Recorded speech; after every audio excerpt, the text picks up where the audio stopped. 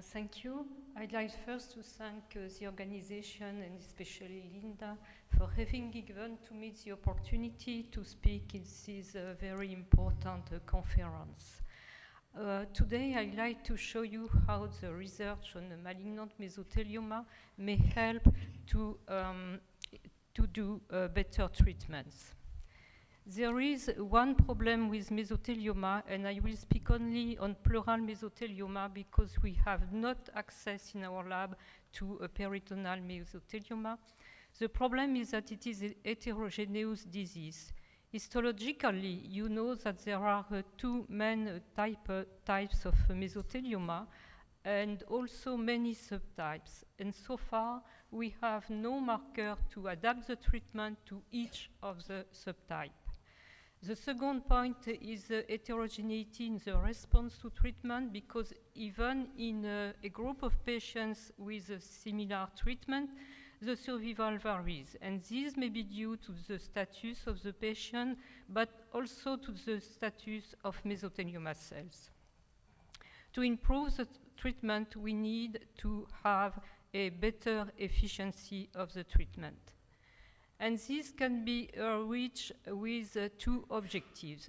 First, to make an early diagnosis of the disease, and second, to improve therapy, and in particular what is developed now is the targeted therapies. And this can be achieved by the identification of biomarkers.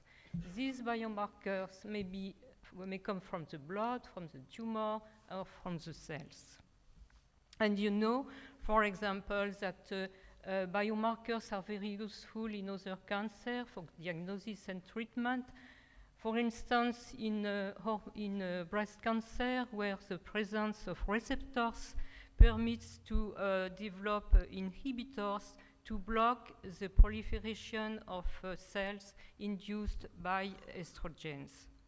In MPM, inhibitors of vascular endothelial growth factor, other growth factors have been made and been used. And also, nowadays, there is a big development of immunotherapy, especially to block, to control the immune checkpoint.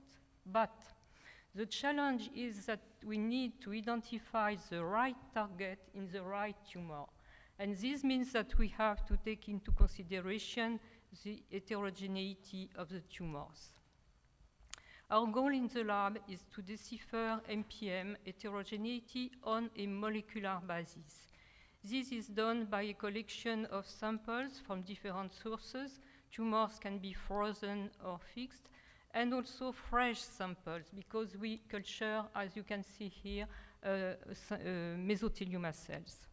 The second point, which is very important, is to gather and organize a network, because with the patients and other people involved in malignant mesothelioma, because this is a rather rare disease and we need unity to be more efficient. So far, we have more than 200 samples of frozen tissue and 70 cell lines. With these samples, what we do is to analyze the tumors, the tissues, the cells, DNA, chromosome, and it is also possible to look at the regulatory pathways which which govern the life of the cells, such as death and life. After extraction of tissue and cell component, you can look at chromosome alteration, gene mutation, epigenetic changes, and analysis of gene and protein expression. Chromosome alteration have been investigated by CGH array, and on the left figure, you see an example of a tumor of one patient, and the intervals correspond to 1 chromosomes, 1 to 22, and Y and X chromosome. And in red, you can see the gains of genetic material, and in green, the loss of genetic material. And what is characteristic of mesothelioma cell is that there are numerous chromosome rearrangement. We were able to see some difference between patient exposed and not exposed. in the long arm of chromosome 14, there were many rearrangements on the left, not found in an exposed patient. But unfortunately, we have few patients exposed not exposed to asbestos, so it is not possible to conclude that it is a signature of asbestos exposure. Gene mutations have been analyzed in MPM in culture and in tumors, and this was made by the sequencing of DNA of a panel of 21 genes, either already known to be mutated in mesothelioma or known to be mutated in other cancers. And this slide is a little complicated, but just see at the mutation frequency in MPM. On the left, you have a list of genes, and in the red, taking into consideration the red numbers, and you can see that there is a few, the red numbers consist in the percentage of tumors with mutations. So for example, NF2 in the top, you have 28% of the tumors which have this mutation. So what we can see is there is a rather low percentage of mutation in these tumors, and except in some genes. And this is in agreement with the literature data, which are reported in different series, in different countries. So this means that it is a feature of mesothelioma, of MPM, so a great number of chromosomal aberration, few mutations. We looked at the molecular classification of MPM using a transcriptomal analysis, and we were able to classify in two groups, C1 and C2. And what is interesting in the C2 group, all the sarcomatoid mesothelioma are present. In contrast, the epithelioid mesothelioma are distributed into the two groups, C1 and C2. And we wanted to know what was the nature of the gene differentially expressed, and we found that there are genes involved in epithelial to mesenchymal transitions, and these genes were more overexpressed in the C2 groups, and this suggests that the cells in this group are more advanced in the carcinogenic process. And consistent with this hypothesis, we found that patients having tumor in the C2 group in red have a poorer survival than patients in C1. And this is also true for the epithelioid mesothelioma. And this suggests that the survival is not only related to the histological subtype, but also to the molecular content of the cells. It is possible to link the molecular classification to mutation profile again in C1 and C2. Again, on the left, you have a list of genes, and the symbol in horizontal symbol represent a tumor of a given patient, different patients. And the blue dots means that the gene is mutated. And when there is a white blot, there is no mutation. So you can see that some genes are mutated in both groups, C1, C2. Others, like BAP1, are mutated only in C1, and the difference is significant, and others in C2. So we wanted to know if it was possible to make subclasses of mesothelioma in C2. And using a transcriptomic classification, we found a small group we call C2LN. And in this group, there were tumors having mutation in two genes, NF2 and LATS2. And we addressed the following questions. What was the patient survival in this group? What was the role of NF2 and LATS2? Is it possible to find biomarkers of this group? And can we find inhibitor of growth? We found that patients having tumors showing mutation, carrying mutation in NF2 and LATS2 had a lower survival. We also found that the cells were more aggressive and grew faster. And this is understandable because you see here in red that these two genes belong to the hypo signaling pathway.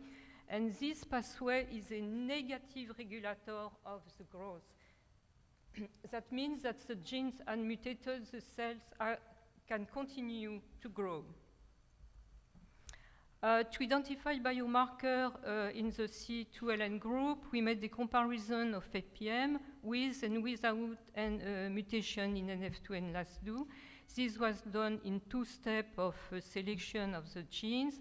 And finally, we found one gene, MOC, which is overexpressed, as you can see here, the red box, in this group in comparison with the other mesothelioma.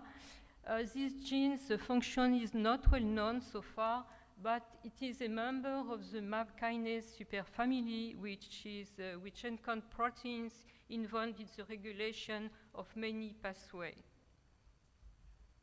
To investigate the response of MPM cells to cell growth inhibitors, we use several types of cells, different molecular classification and gene alteration, and tested a panel of 15 inhibitors of signal pathways. And we found 2 of them which were interesting. And as you can see on the right, one of them induced the inhibition of growth of cells in the C2LN group in comparison with the blue one. And this inhibitor inhibits the one pathway which consists in mTOR P3K and AKT, which is a pathway involved in cell growth.